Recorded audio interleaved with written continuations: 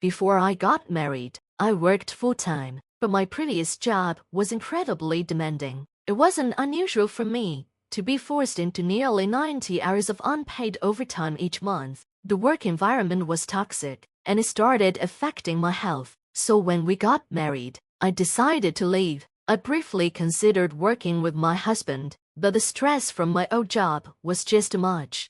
Now, I live a much healthier lifestyle. I wake up and go to bed at normal hours, and I've noticed a visible improvement in my health since quitting. My husband has always supported my decision. He's happy that I'm at home, taking care of the household, and greeting him when he comes home. In the early days of our marriage, he used to say, "I'm really a lucky guy," often, but as 5 years have passed, those words have become less frequent, and life has settled into a routine.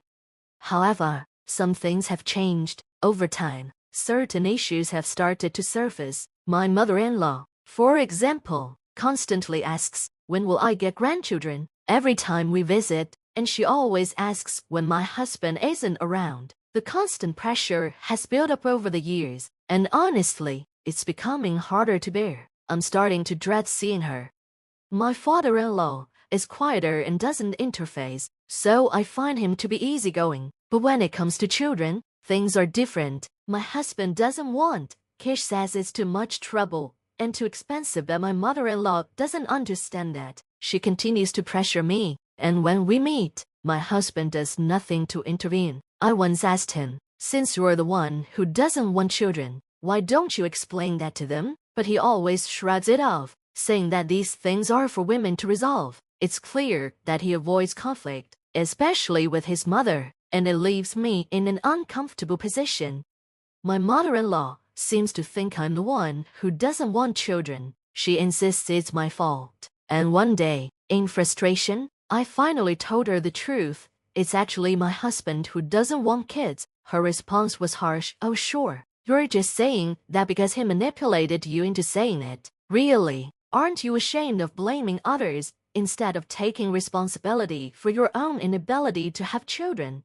My father-in-law tries to step in and tell her not to interface with our decision, but she refuses to listen. And my husband, he's tired of trying to please her, so he avoids the topic altogether. Honestly, I didn't expect him to be so unreliable. It feels like, even in a crisis, he would choose his mother over me. One afternoon, while talking to my mother on the phone, I vented about everything. My mother, as always, listened calmly, never interrupting. I feel guilty for complaining to her, but she's the only one who truly listens and understands. After all, she lives far away, and I can't rely on my husband to support me in this situation. I apologized for burdening her, but she reassured me, saying, "Don't worry about it. I'm fine now." She had undergone heart surgery just a few months ago, and though I was extremely worried, she smiled and reassured me that she was okay. When I told my husband about it, he casually brushed it off, saying, "A pacemaker isn't such a big deal nowadays." I couldn't help but think back to when his mother sprained her ankle, and I had to take care of everything, including the housework. I couldn't help but mutter to myself, "Surgery seems a lot more serious than a sprained ankle." I know I haven't been the perfect daughter. I rarely visit my family due to the distance, and I often complain to my parents over the phone. But this time, for my mom's birthday, I wanted to do something special. I had planned a small surprise with my dad, and I was excited to share it with my husband. As I served dinner, I told him, "Actually, my mom's birthday is coming up soon, and I've booked as a surprise at a really nice place by the sea." I was hoping for a little more enthusiasm, but his response was lukewarm. "Oh, that sounds nice," he said, barely reacting.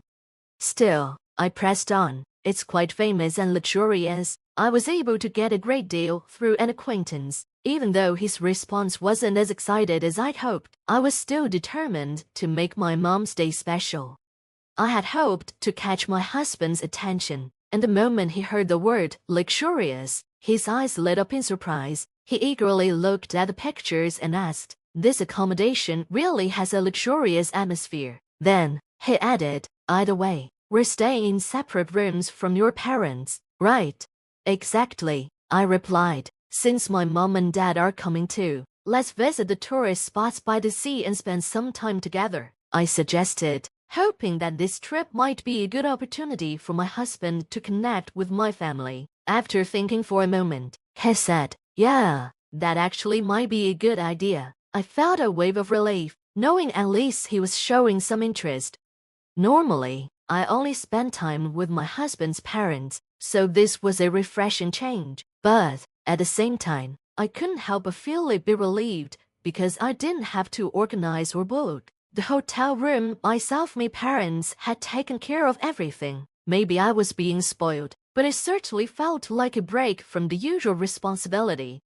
A week later, during dinner, my husband casually asked, "When is the trip again? I need to apply for time off work." "It's on the 23rd and 24th, I reminded him. "I told you about it before." He glanced at his phone and nodded. "All right, good thing I checked." His lack of enthusiasm was obvious. Hadn't remembered the dates, despite me mentioning them just a week ago. It seemed like he wasn't really interested in my family, but I told myself that at least he wasn't outright dismissive.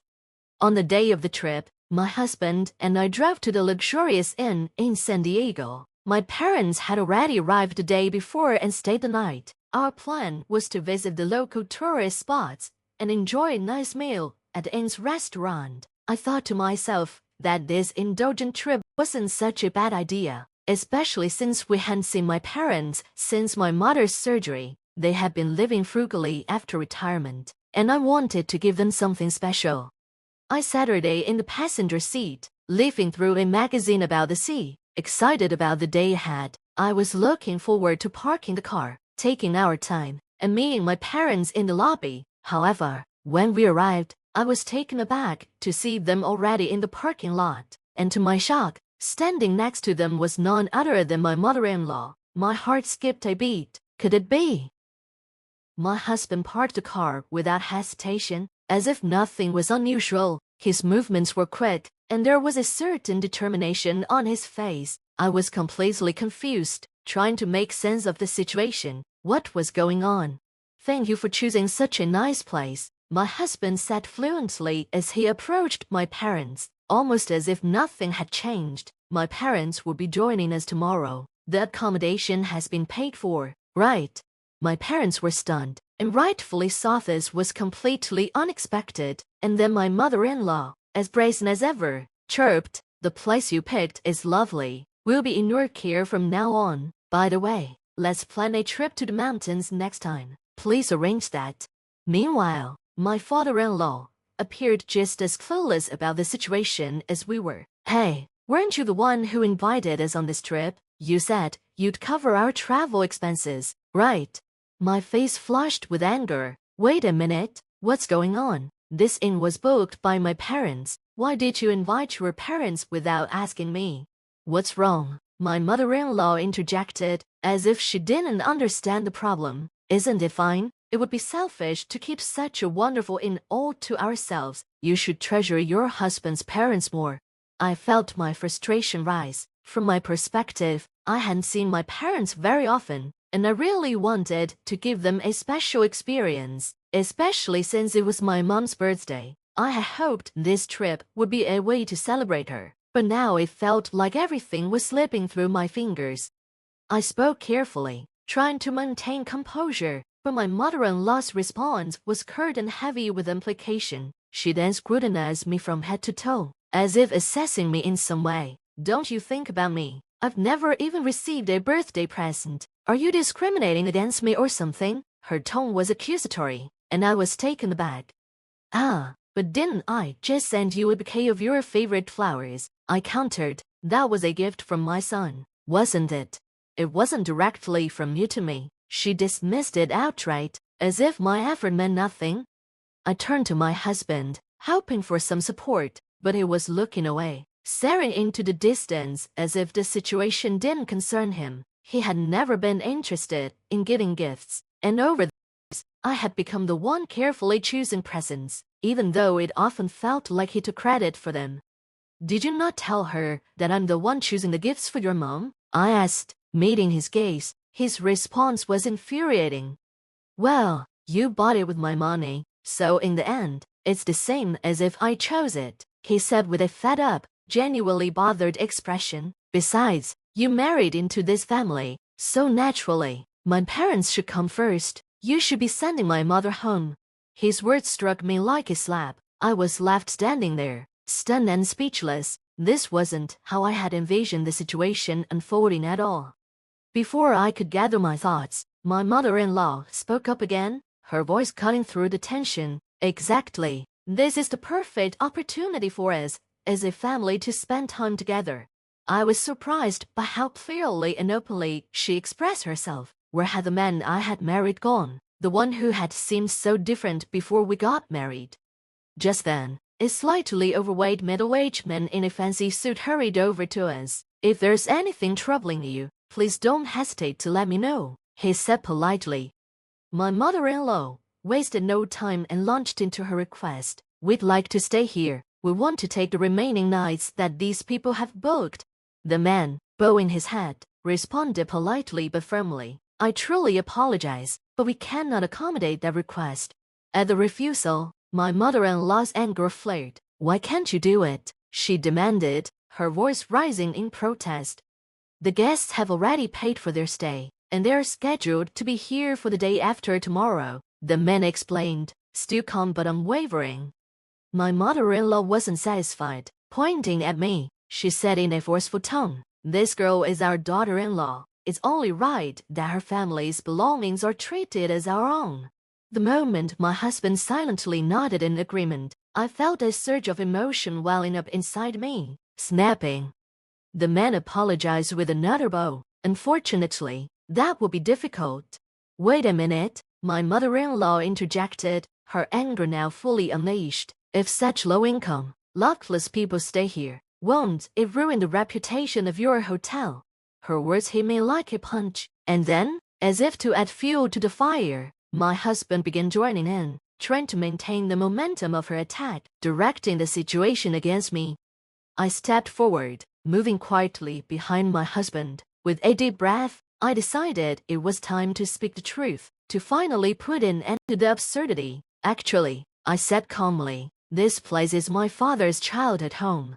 I spoke up, and immediately, both my husband and mother-in-law reacted in surprise, their eyes widening in unison. The man in the suit, whom I recognized as uncle, my father's younger brother, spoke firmly, his voice calm but resolute. My brother is much older than me, he began, when our parents were busy running the inn. He looked after me like a parent would. The only reason I'm able to work here now is because of him, he continued, his gratitude clear. That's why when I heard you were coming to stay, I was truly happy to finally repay him. But trying to stay for free just because your family, what kind of perspective is that?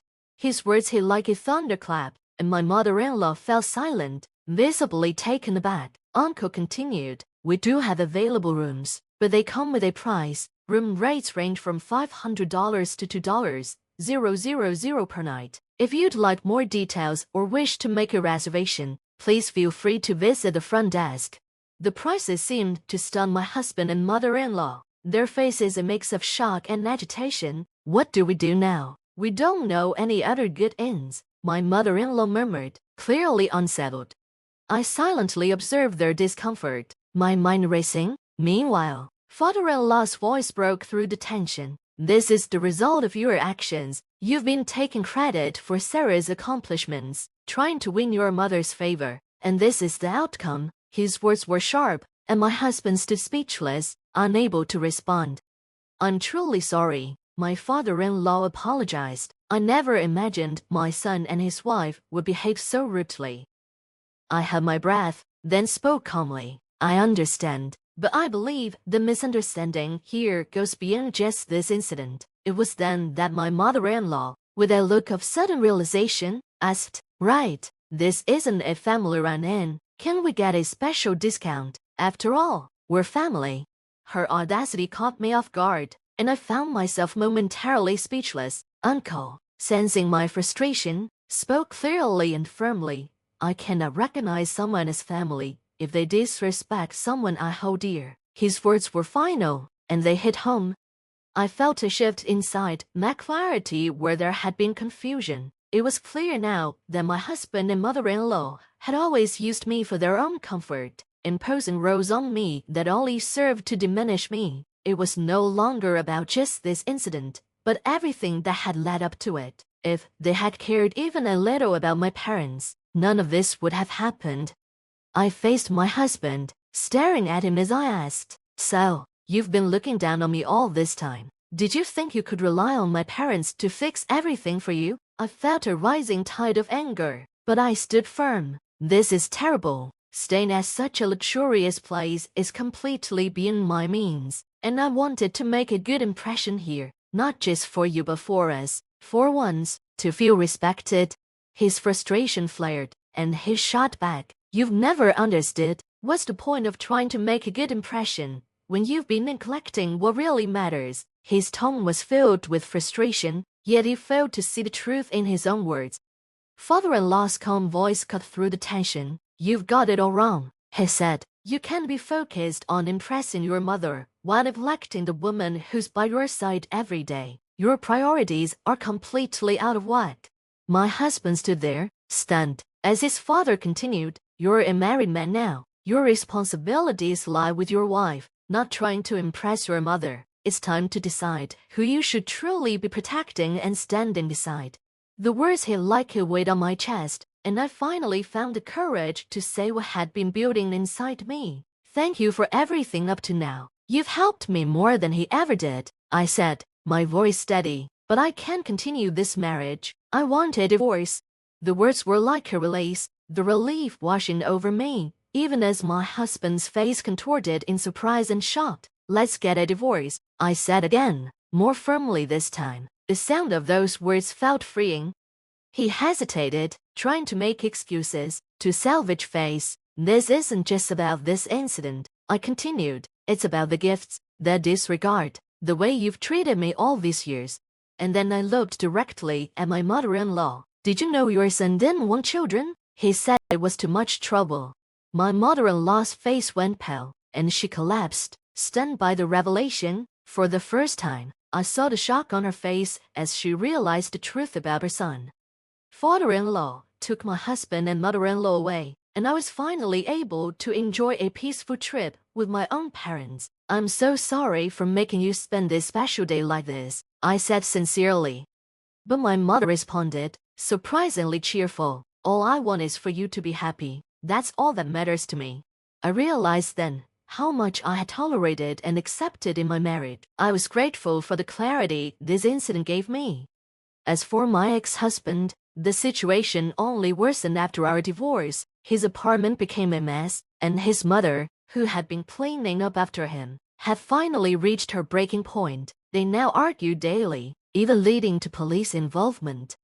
Meanwhile, I found a new path for myself. My uncle, recognizing my potential, offered me a job at his inn. Though my connection to the owner is kept secret from the staff, I'm learning the ins and outs of the job from my senior colleagues. The work is challenging, but the fulfillment I feel is unparalleled. For the first time, I receive gratitude from the guests for my efforts, and it brings me a sense of pride I had never known before.